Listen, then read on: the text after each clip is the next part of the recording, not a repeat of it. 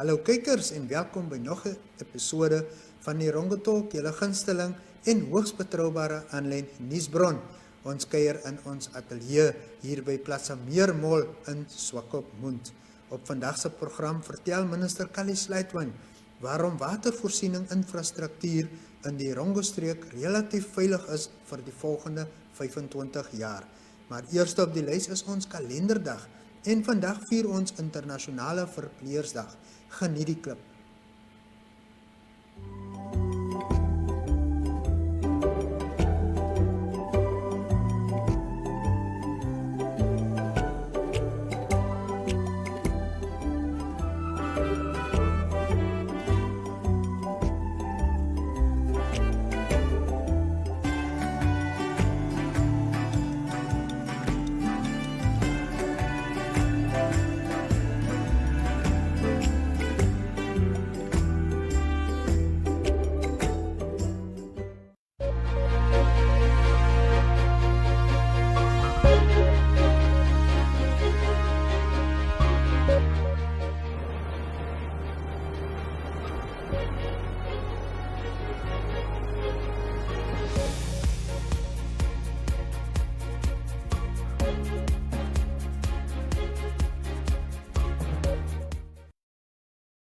In today's news, Lifelink Henties Bay and Namibia Marshall Rangers both want to operate in Henties Bay, but the town might be too small, literally and figuratively, to be able to accommodate both of them.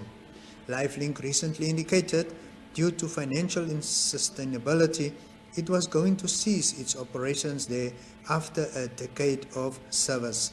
Soon after that, Namibia Marshall Rangers, who are increasing their presence in Erongo, indicated their intention to establish an ambulance service in Henties Bay. There is, however, beef between the two companies' bosses. Brian Lowe of Lifelink Henties Bay is suing Marshall Ranger Sean Nadir for $100,000 Namibian for alleged defamation of character. Lowe is claiming that Nadir spread defamatory comments about him and his private ambulance business in the town, allegedly claiming Lowe unprofessionally and unethically providing monopolized emergency services to the detriment of the town's people. He told Erongo 24/7 that he cannot say more on the court case as it was sub judice. He, however, did confirm his intention to leave the town because it was not making business sense. But then a community meeting was convened in which it was decided to establish a trust to help fund and keep an emergency service provider in town. The Namibian Marshall Rangers are, however, optimistic that their operations in Henties Bay will be up and running within a week. All paperwork is in place, the registration has been done and the premises has been obtained in town close to the frail care facility. Moving on. The Swakopmund municipality is being forced to place large granite blocks along the beach just north of the jetty to address the increased threat of sea encroachment. The municipality announced last week that work will start immediately, but that it will only be a temporary solution for now. A permanent, large-scale operation is being planned, which will require an environmental assessment, public participation, and ministerial approval. Besides some high-value oceanfront homes, the ocean encroachment is also threatening the erosion of public land and damaging municipal sewerage infrastructure in the immediate vicinity. The larger permanent project will provide protection to the area from the storm surges and rising sea levels. For now, the beach area and public area will be closed off during this emergency activity. Molenweg will not be closed during the construction period, but the public must take note of large earth-moving vehicles making use of this road to bring material to the site to construct the temporary revetment. And finally, Namibia's National Rail Service operator Transnamib announced its full ownership and the relaunch of the Swakopmund Hotel and Entertainment Center. Transnamib previously held a 50% stake in the hotel and was able to acquire the shares held by Stocks and Stocks to the tune of 103 million Namibian dollars. through a cabinet resolution and commitment, making the hotel a fully Namibian-owned entity. The CEO of Transnamib, Johnny Smith, said that the hotel had recently found itself virtually insolvent, with its liabilities outweighing its assets. The matter was concluded and resolved in March 2022. We are very fortunate when the government decided that the rightful ownership of the hotel's property should be transferred to Namibian hands, Smith said. The government has invested $150 million Namibian dollars of taxpayers' money in the hotel. Further investment will be made in infrastructural improvements to the hotel, including the notable refurbishment of 90 hotel rooms. The new owners decided to sign a management agreement with Legacy Hospitality Management Proprietary Limited to keep on managing the hotel running for the next 10 years under strict performance conditions and indications. Visit www.erongo.com.na on our Facebook page for more news about the mighty Erongo region.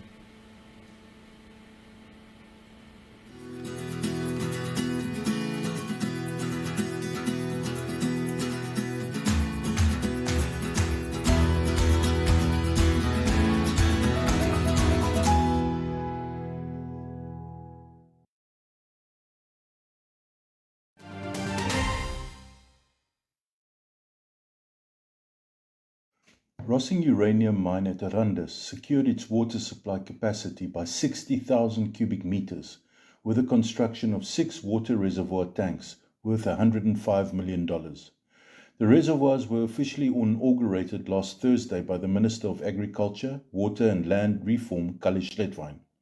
Rossing Uranium's General Manager for Asset Management, Edwin Chiriyange, said that in the last few years the reliance of mines on desalinated water has increased significantly. Unfortunately, the Urano desalination plant north of Swakopmund, which supplies 50% of Erongo's fresh water, was not designed to handle the Central Coast algae blooms and sulfur outbursts, which impact water supply from the plant to its customers, which includes Rossing Mine.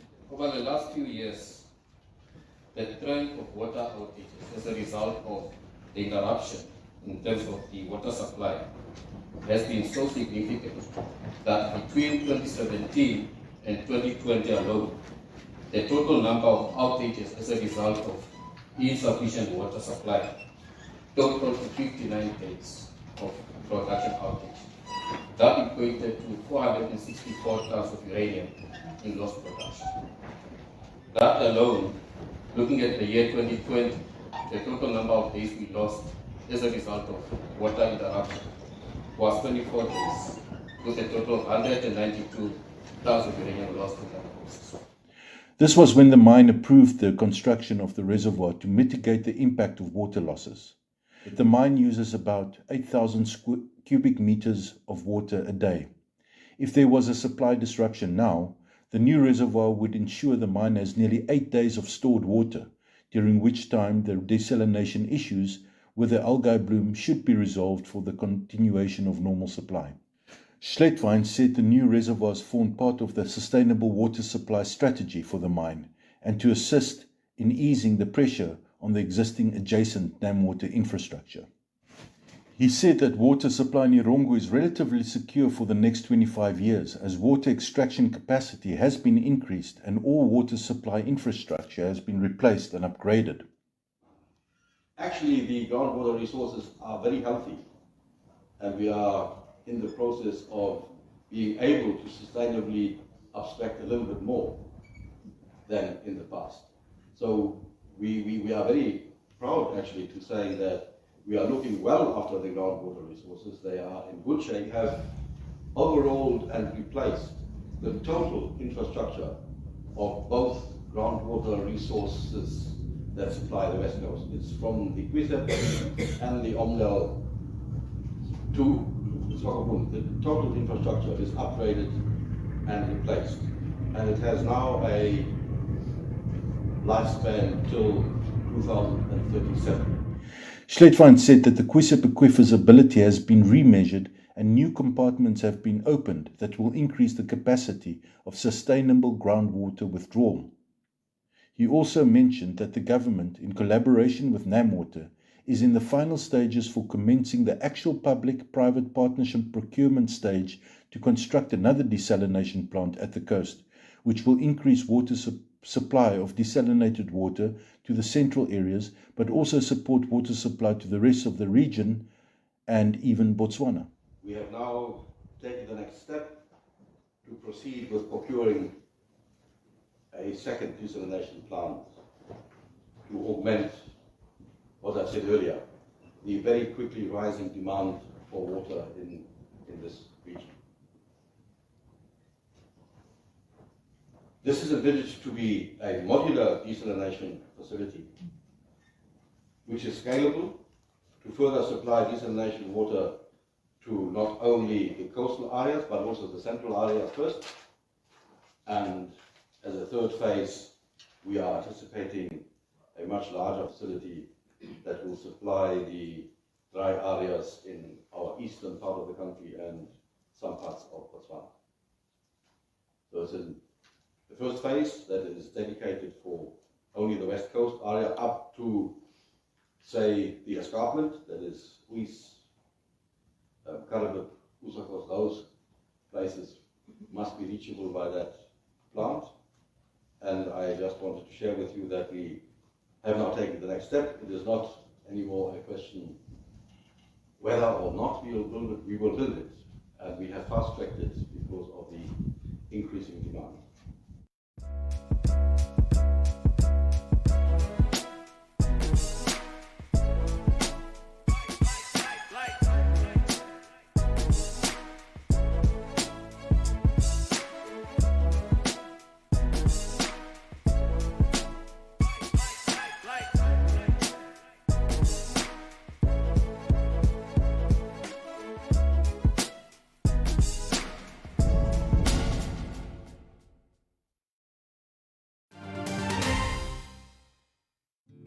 This week on Erongo Talk, we look at Mio Bay. Mio Bay was used as a harbour to offload mining equipment and personnel during the diamond rush between 1890 and 1914 and served as a logistics hub in later years. The only remaining hut now at Mio Bay, which has since been renovated by the Windhoek Underwater Club, served as an office and accommodation to the then transport manager of the Namakwa Diamond Company. The two last remaining surf boats used at the beginning of the last century along the Namibian coast are also lying at Mio Bay.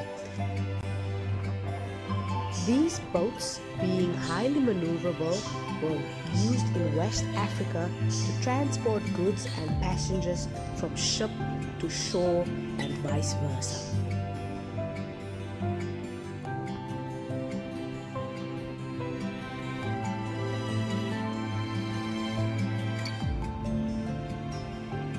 This area is also marked by whale bones originating from a whaling station that was located on one of the offshore islands.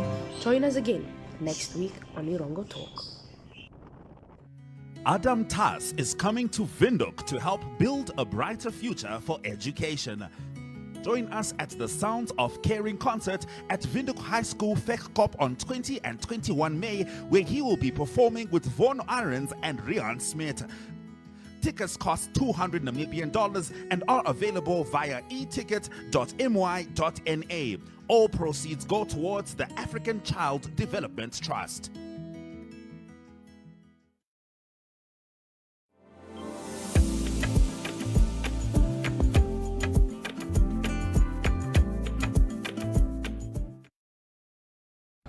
Yeah, charity for kids is close to my heart. We have a project here in South Africa called Help Yach, where we feed about 8,000 children every day. So yeah, children is obviously close to my heart. I'm a dad as well, and I'm looking forward to make a difference in your country as well. So come on and have a look at the show.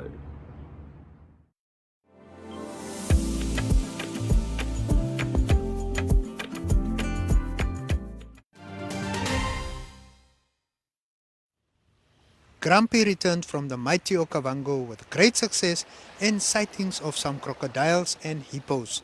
He was even lucky enough to see a pair of fish eagles. Grumpy says that without a doubt the catch of the week belongs to John Moody from Swakopmund, who went fishing at the Zela Wreck area in search of galjoen. His rod bent double and the fight was on.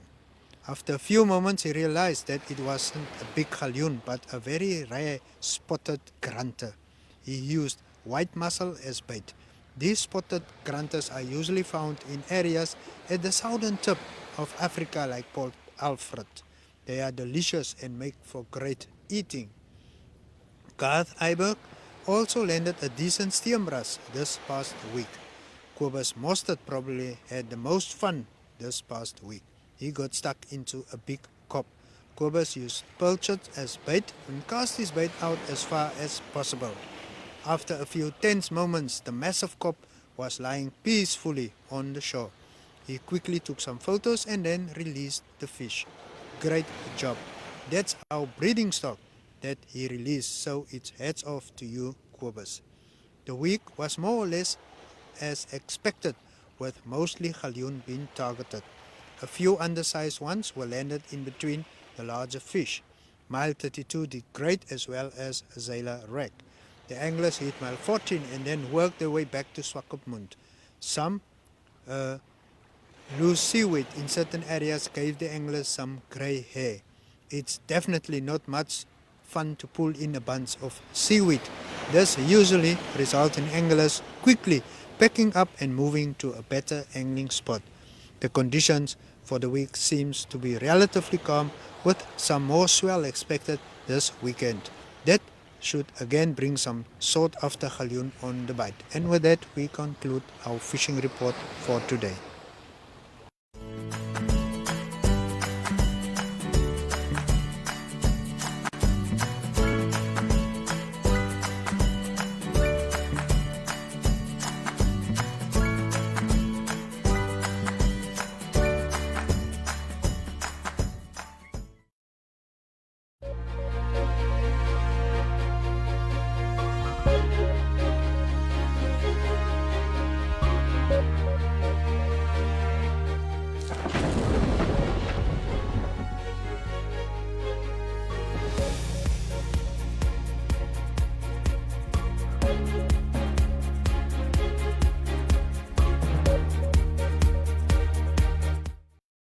And now for your weather. Sunset at the coast will be 6:30 on Thursday and sunrise will be 27 minutes past 7 on Friday.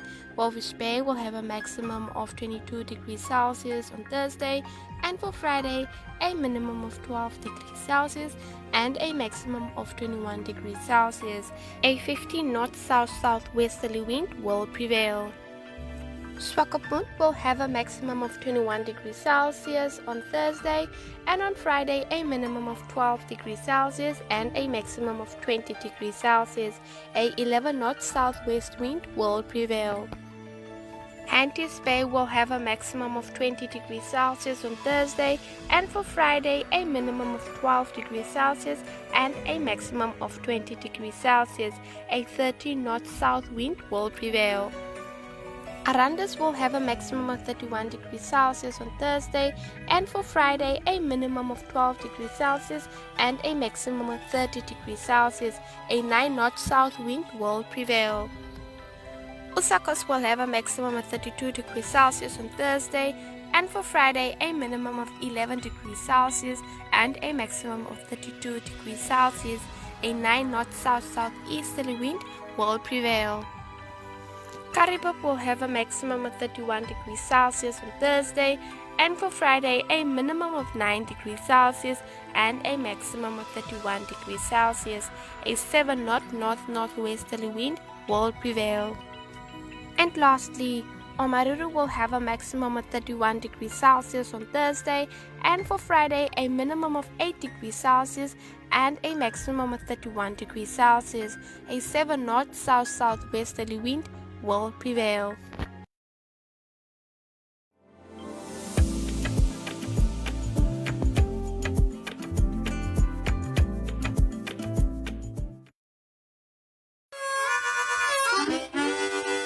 Hi there, this is Rian Smith, and I'll be performing at VIA Stadium at the Wegkop on the 21st of May, along with Adam Tuss and Vaughan Arons for a beautiful event put together. It's a lovely charity thing, so please get your tickets online and come join us at VIA Stadium on the 21st of May.